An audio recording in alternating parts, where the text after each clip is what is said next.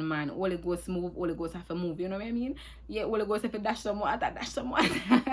So he had to get used to that. And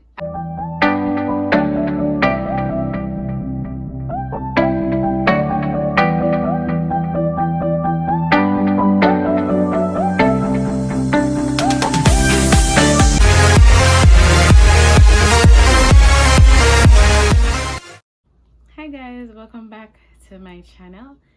This is your Jamaican girl Shari, and we are on to another segment of Keeping It Real with me. For those who have not yet hit the subscribe button, go ahead, hit it, hit the notification bell, and join the family. It's all about love, positive energy, each other trying to keep us motivated, encouraged through a rough time, right? So today I want to talk to you guys a little bit about a difference that is in our marriage. My husband, I think everybody who knows me should know about this, that my husband is from the Seventh-day background and I'm from Church of God. Yeah, so him come from the church where them don't speak in tongues. May make it easy for those who don't know. And I'm from the church who speaks in tongues. He worships on a Saturday, I worship on a Sunday. What other major differences are there?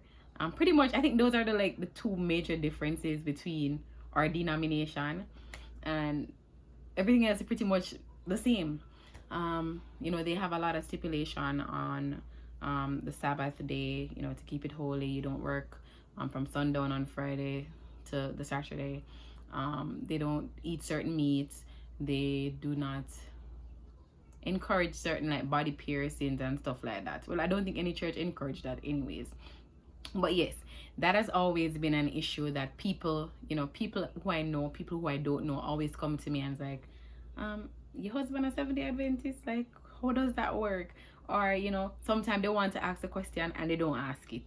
Let's be real, you guess when I try to beat around the bush, they want to get to the bush, but they might try to beat around the bush before them get to the bush. Yeah.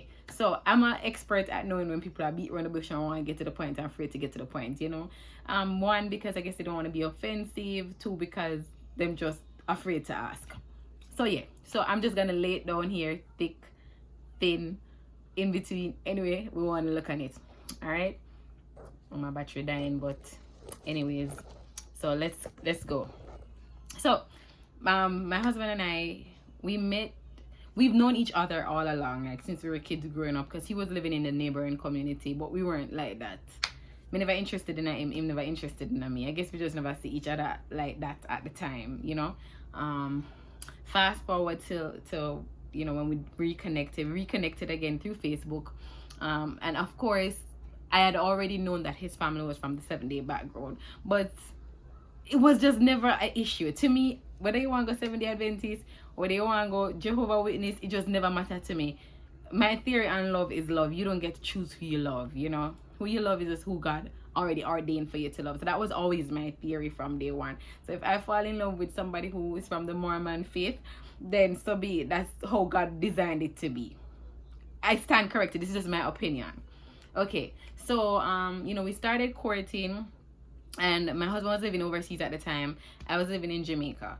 So whenever my husband was in Jamaica, we would go to church, his church, on a Saturday, and then we would go to my church on a Sunday. So sometimes he'd be in Jamaica like for 3 months. We would go to church on a Saturday, we'd go to church on a Sunday.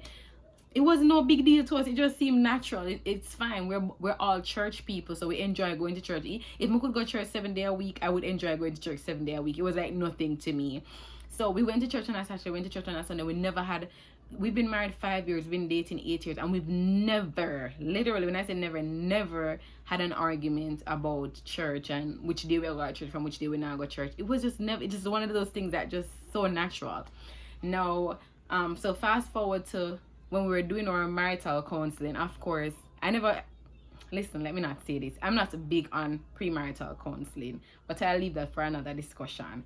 So we decided to do the premarital counseling. We went there. The counselor asked the question because, of course, the counselor want to know, how am I gonna make this work? So we were like, I don't think it's any big deal. We've been together for so long. We do the double Saturday and we do the Sunday thing, and it's not an issue.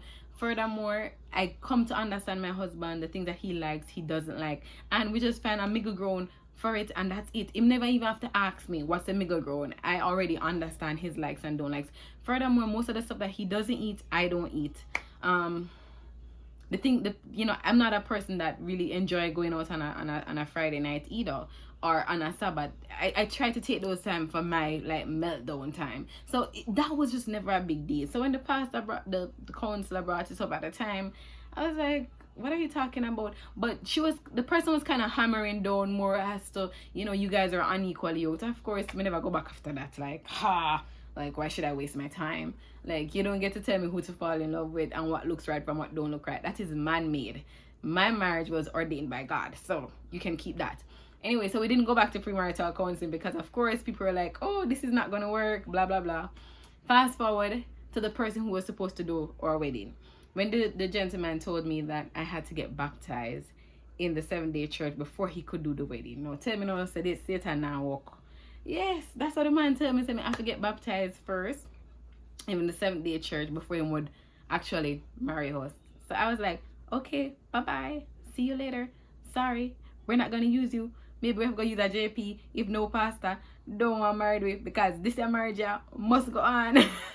So anyways, my family marriage officer did our wedding, no issues. We spoke briefly about, I shared my experience with him with what happened with the previous pastor, and we had our long talk, and we talked about it, and he was like, look, marriages are ordained by God, and if God is okay with this, then you guys just make it work. Whatever you have to do to make it work, make it work. Simple. And we took that as our comfort. I've lost friends because of it. My husband has lost friends. He's not seen eye to eye with some family members because the expectation from the church is that you should marry somebody from your own, denomination. I don't know who made that rule, but obviously that's what they think is okay. And so they kind of like sidebar him because he got married to a Church of God, somebody from a Church of God. And I got that feeling as well from people around me that I did something wrong. Like, are you kidding me? But anybody who know me knows I'm a strong will, I'm a straight up from day one. So anything make up my mind, once me know so God say yes, this is what should be, then that's what it's gonna be, because nothing not gonna detract me. And my husband is pretty much like me. We kind of like focus on things that we set out to accomplish. So fast forward, we move past that. As we got married and then we started living together, we had no issues. Literally, it's been 5 years married and we've never had an argument about our denomination. We've never had an argument about his faith and belief. No, let's get this straight. I'm a girl with me and pray, me getting on my tongues. Rebe, rebe, rebe, rebe. Jump. Why? Glory. Yes, I'm that kind of girl. And so I realized when I was home, my husband had to get accustomed to that, because when me and pray, come on, man, Holy Ghost move, Holy Ghost have to move, you know what I mean? Yeah, Holy Ghost have to dash some water, dash some water. So he had to get used to that. And I was also thoughtful of him. So I tried not to, not that I'm quenching the spirit. No, I'm not quenching the spirit, but I would try to be more thoughtful of him. We do devotion most weekends together, or as the time permits, because sometimes we get the free time in the weekend, we do it together. And he would pray. He prays and I pray.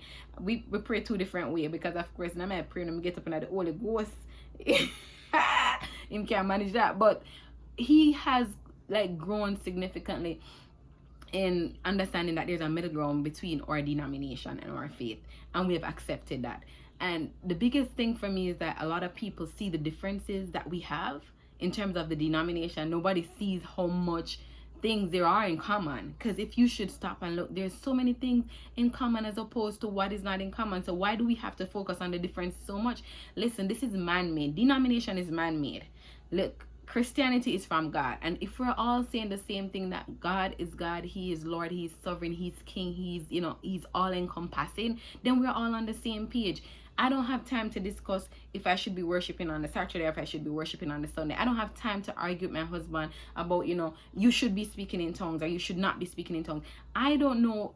For me, and this is just for me, I don't care how he wants to interpret those things. That's really a relationship for him and God, to figure out for God to take him from one place to another. I can't push God on anyone, and that's the last thing I want. I don't want to push God on my husband. I want the life that I live to speak for me, for him to understand how much God has done for me, and to understand the concept of speaking in tongues and the Holy Ghost. That's something that he will have to learn for himself, but not something I'm going to push down on him. And a lot of marriages fail because wives want to push down their beliefs and their precepts onto their husbands. That's not how it goes. God don't work in a confusion. So God don't need us to help him in that regard. So let's clear the air on that. So that was one, that kind of sums up how our marriage is. My daughter goes to church on a Saturday, she goes to church on a Sunday.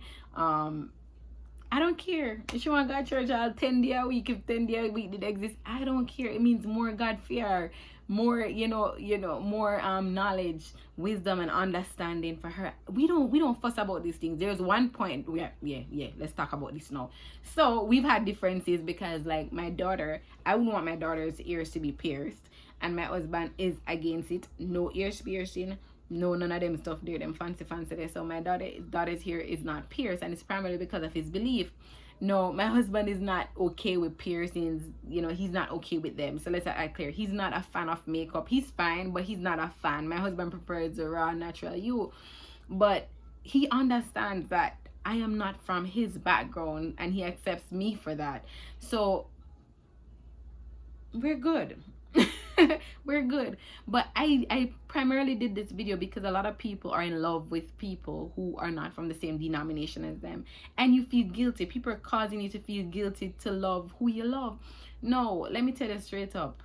And I say, it's not a blueprint. Love doesn't come with a blueprint or a black and white print or whatever they want to call it. Love is ordained by God.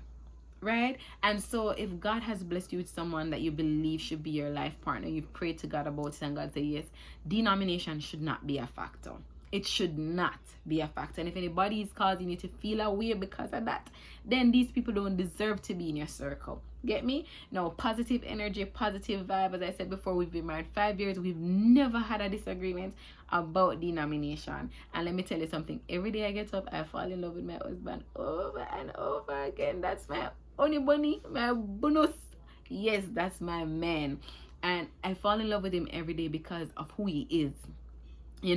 Which is outside of his denomination. Is who God ordained him to be, the man that he becomes every day, how much he cares and loves for me. That has nothing to do with the denomination. And from day one, me never want the man them with the holy and sanctimonious and them on a bed, holy thou be art. We don't have time for that. So my husband is real and real as they can come, and we appreciate the differences because it's in those different differences that we actually learn more about each other. Things get all spicy and nicey and all of these things. Yeah. So that was a mouthful, don't. Anyways, thank you for being a part of this video. Drop your comments. If you have anything that you want to ask me, I can tell you there's no secret about how to make a marriage work. There's no secret, and I'm always open to sharing my gems with you. Until next time, this is your Jamaican girl, Ashari, getting it real with me on another episode. Until next time, take care of yourself. Jamaicans would say, stay airy, airy, airy.